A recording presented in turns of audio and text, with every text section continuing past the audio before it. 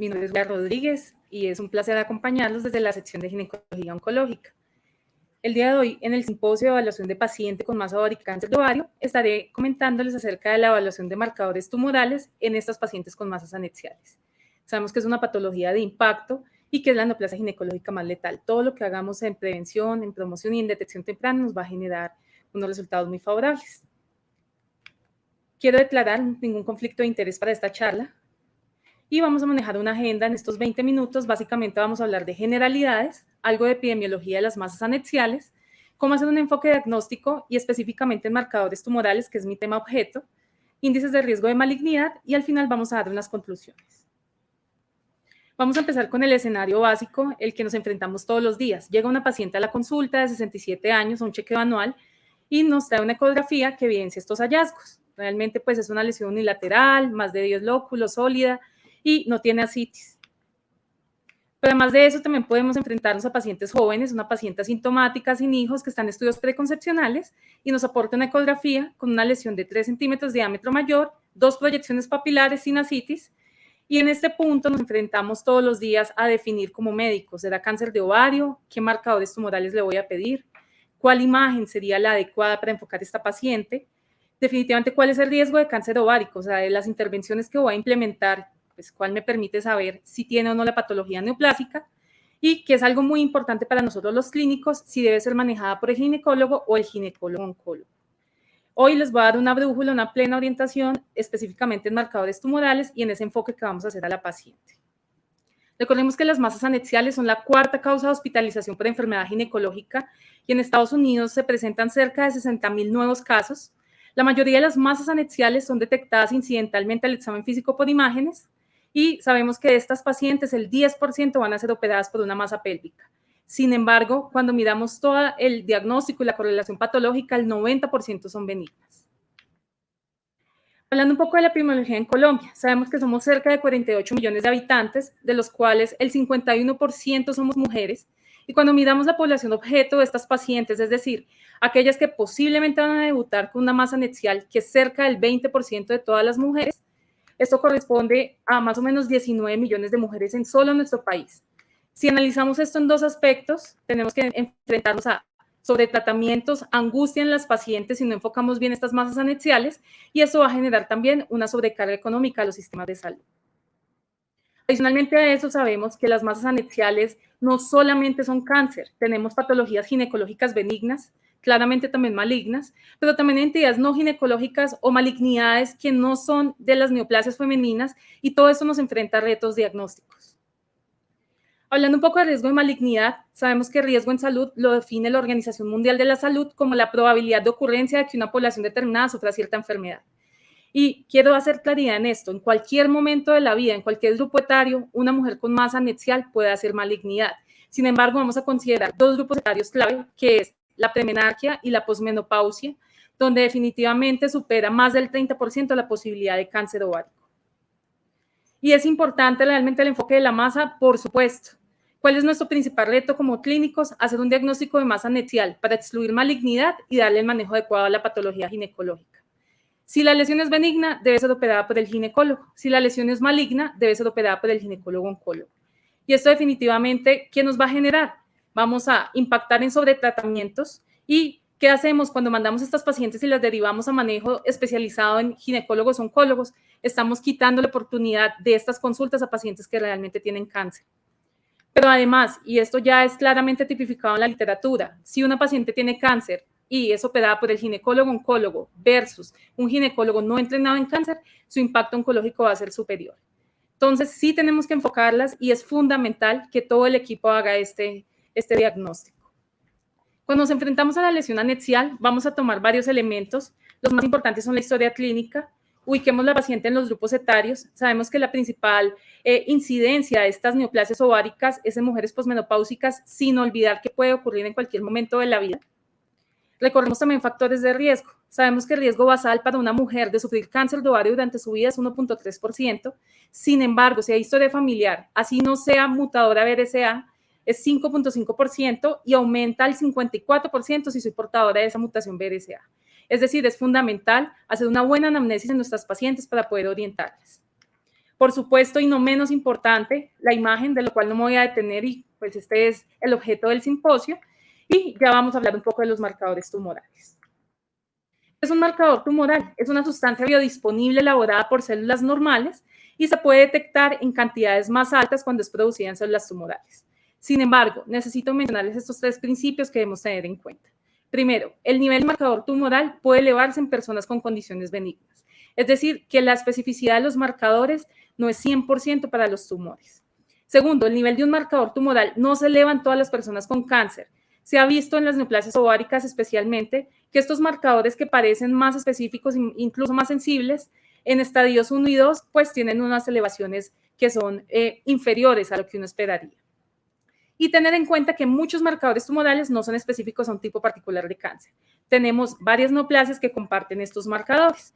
Y les traigo aquí un ejemplo muy práctico. Tengo dos pacientes, tengo un hombre que tiene un antígeno prostático elevado, el cual nos podría sugerir potencialmente pues la patología prostática, y una mujer con una beta positiva. Y en este contexto, una mujer joven en edad reproductiva que yo pensaría que puede estar embarazada. ¿Qué pasa si se invierten estos marcadores? Esta misma beta HCG positiva para este hombre puede corresponder a un tumor germinal, y en esta mujer esta PSA nos puede corresponder a signos de androgenización o un carcinoma de mama que está marcando este examen. Entonces es muy importante entender que esto no son pruebas diagnósticas, son orientaciones sumadas a todos los elementos que les estoy mencionando. Adicional a eso, pues en el ovario tenemos un gran desafío, y es que tenemos múltiples tipos histológicos de los cuales se pueden derivar neoplasias. Y esto también hace necesario que como clínicos emitamos un buen concepto y orientemos estos marcadores. Tenemos unos marcadores de la batería básica que son de amplio conocimiento para todos, el CA125, el antígeno carcinoembrionario. Tenemos unos que nos denotan también tumores germinales, la alfa-fetoproteína, la beta, y el CA19-9 que nos ayuda a orientar tumores gastrointestinales con compromiso secundario ovárico. Y tenemos unos adicionales que se presentan en neoplasias menos frecuentes y que no debemos desconocer, como el LH, el HE4 que ya vamos a hablar, la inhibina, mesotelina y testosterona. Es el CA125. El CA125 es una glucoproteína que se produce en todos los epitelios, en los mesotelios específicamente, pero también se puede producir en la trompa de falopio y en el endocérvix, y se han intentado discriminar puntos de corte. El punto de corte para normalidad es por debajo de 35. Sin embargo, quiero mostrarles estos valores predictivos que son muy heterogéneos, muy amplios, y definitivamente pues no tenemos un punto de corte exacto mágico que nos diga esto es cáncer o esto no es cáncer. Está más relacionado a los tumores epiteliales. Sin embargo, apenas el 50% de las pacientes con cáncer invasor epitelial estadio 1 tienen presencia del CA125 elevado por encima de ese punto de corte, y este sí se eleva un poco más en los estadios 3 y 4 hasta el 80%. No olvidemos, y es muy importante, el CA125 no es específico. Tenemos que se elevan endometriosis, en la menstruación, una paciente gestante, incluso el uso de la cafeína, una cirrosis hepática y demás nos puede dar elevación. Este es un estudio interesante de corte transversal que reunió 3.511 pacientes de la colaboración del IOTA, que sabemos que es un grupo multidisciplinario que ha trabajado ampliamente en caracterizar estas evaluaciones prequirúrgicas de cáncer de ovario. Y básicamente les quiero mostrar cómo el CA125 es tan inespecífico que se eleva en escenario premenopáusico, posmenopáusico, en entidades benignas, en entidades malignas. Es decir, que definitivamente no tenemos un número, como insisto, específico que nos dé el diagnóstico. Ellos intentaron hacer unos porcentajes de probabilidad en puntos de corte, y el punto de corte donde se supera la probabilidad del 50% de que la lesión sea maligna es 500 para las mujeres premenopáusicas. Y cuando vemos valor absoluto para las posmenopáusicas, en este mismo estudio el punto de corte fue 60. Sin embargo, cabe resaltar que la probabilidad es bastante heterogénea en los diferentes puntos de corte. El antígeno carcinoembrionario es otro de los elementos que utilizamos. Es una glicoproteína que se produce durante el desarrollo fetal y usualmente no es detectada en los adultos. El punto de corte es 5 nanogramos por mililitro. Sin embargo, quiero recordarles que se eleva en los fumadores y en pacientes con neoplasias como cáncer colorectal, cáncer medular de tiroides, mama pulmonar y en el mucinoso de ovario. Esto que nos ha llevado a tratar de buscar otras asociaciones o relaciones de los marcadores para poder hacer los diagnósticos. Apenas el 3% de las neoplasias mucinosas primarias son del ovario. Y esto hizo que buscáramos una razón o una relación del CA125 con el antígeno carcinoembrionario. Desde 1990 se han hecho estudios sobre esto y se ha demostrado que esta relación de CA125 con antígeno carcinoembrionario más de 25, en el 82% de los casos identifica cánceres de ovario. Si yo tengo esa razón o esa relación por debajo de 25 en valor absoluto, es decir, el valor absoluto del CA125 sobre el del antígeno carcinoembrionario, me excluye y yo debo pensar que hay una patología digestiva o de tracto intestinal asociada. La proteína del epididimo es una glucoproteína, la HE4, con una especificidad mucho mayor y se sobreexpresa en tumores ováricos con diferentes puntos de corte. Y se las traigo porque definitivamente si ya sabemos que el CA125 se eleva en patologías benignas, buscamos marcadores que no tengan esa elevación tan marcada en estas patologías. Y los estudios nos han mostrado que incluso con puntos de corte elevados de más de 114 de este HE4, tenemos una discriminación de patología benigna y maligna. No se eleva como se eleva el CA125. En las demás patologías hay una elevación marcada del CA125 y en todos fue estadísticamente significativo que no hubiese elevación del HE4. Hay otros marcadores que debemos tener en cuenta, pacientes que tengamos jóvenes, la mayor prevalencia es tumores germinales. No olvidemos pedir la batería de beta-HCG, alfa-fetoproteína y LDH que nos va a complementar. Y si tenemos una sospecha de neoplasia secundaria o la paciente cursa con síntomas digestivos que nos hace pensar que necesitamos descartar otras patologías, adicionemos a la batería CA19-9. Pero no solamente son los marcadores, ya les mencioné, si buscamos puntos de corte mágicos no existen y debo hacer algoritmos. Hay algoritmos que reúnen todos estos elementos que ya mencionamos, cuyos objetivos son evitar test innecesarios, evitar sobretratamiento, disminuir la angustia de las pacientes y se han ido desarrollando desde 1990 con diferentes rendimientos. Aquí básicamente les traigo los más comunes, los de más uso práctico y uno que estamos caracterizando ampliamente y que está disponible no solamente en Bogotá, en cualquier escenario donde tengamos una ecografía bien hecha, un estado para definir clínicamente si es pre o posmenopáusico y un valor absoluto de CA125 nos va a permitir poder diferir o remitir a esa paciente a ginecología oncológica para manejo específico. Cuando vemos los diferentes índices de riesgo de malignidad, todos tienen rendimientos similares. Aquí les traigo un ejercicio práctico. Esta paciente que nos llegó posmenopáusica tenía unos rasgos ecográficos que nos daba para 3 puntos, la presencia de 2 o más elementos, como las papilas, el área sólida, multiloculado. Es una paciente posmenopáusica y un CA125 en 28 absoluto, multiplicamos todo y nos da 252. El punto de corte para remitirla a ginecología oncológica es 200. Esta paciente debía llegar a nuestras manos para darle un manejo específico. Están los algoritmos combinados, está el ROMA, que es el algoritmo de riesgo de cáncer de ovario, combina el CA125 y el HE4 con mejor sensibilidad y especificidad y nos puede predecir cáncer epitelial de ovario. Aquí simplemente les voy a mostrar, está gratuito, disponible, no tengo ningún conflicto de interés con Roche, que ha promovido esta herramienta del algoritmo, pero esto lo que nos genera es una posibilidad de orientar a esta paciente, lo buscamos en nuestro buscador de internet habitual, colocamos la inicial o el algoritmo ROMA de Roche y nos da una calculadora supremamente práctica que podemos incluso utilizar en nuestro consultorio para hacer esta asesoría a las pacientes. Como les menciono, vamos a adicionar unos valores absolutos. Tenemos el CA125, aquí estoy poniendo un ejemplo. Ingresamos en la herramienta el HE4 y posteriormente ponemos el estado preposmenopáusico de la paciente y eso nos va a dar un riesgo, el cual podemos limitar a la paciente. Cuando miramos los rendimientos, definitivamente, si yo comparo un solo marcador, el combinado y dentro de un algoritmo, definitivamente tiene mucho más discriminación cuando lo meto en algoritmo.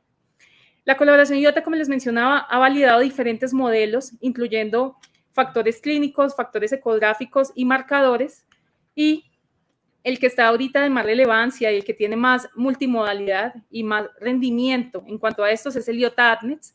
Ese es el primer modelo de predicción multiclase y no solamente nos permite predecir malignidad, sino si es un tumor borderline, estadio 1, 2 a 4, un tumor metastásico.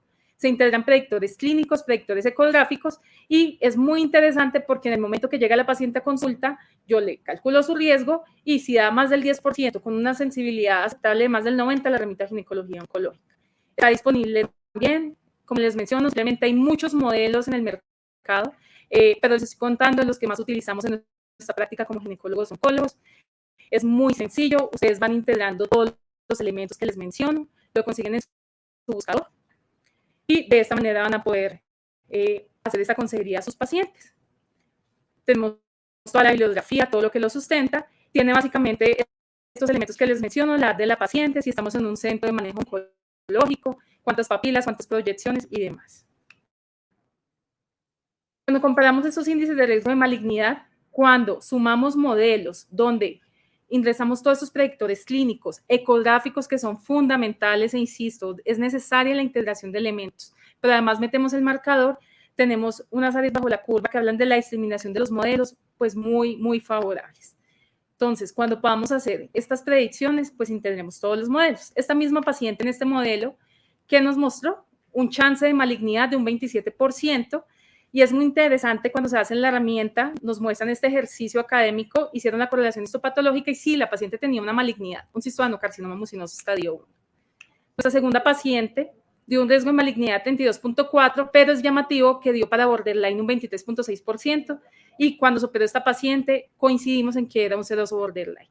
Si utilizamos bien estas herramientas, que si ustedes ven están gratuitas, están asequibles, no necesitamos marcadores costosos, podemos hacer unas buenas predicciones. Ya para finalizar, para llevar a casa, el cáncer de ovario es una patología de baja prevalencia, sin embargo es la más letal. La presencia de una lesión anexial no es sinónimo de cáncer. Los marcadores tumorales no son una prueba diagnóstica. Los modelos multimodales son el mejor camino para evaluar a estas pacientes y es fundamental, si usted tiene la sospecha de malignidad, por favor, remita a esa paciente a ginecología oncológica. Somos un equipo, aquí en la Fundación Santa Fe estamos trabajando incansablemente en el programa de cuidado clínico, el apoyo del equipo de radiología, de patología, de todos, de ecografía de la unidad materno-fetal, de todos los elementos expertos en el manejo de estas pacientes nos permiten resultados como esta paciente, una mujer joven, una mujer que está en el momento curada con un tumor de ovario, gracias a nuestro apoyo y nuestras manos. Muchísimas gracias.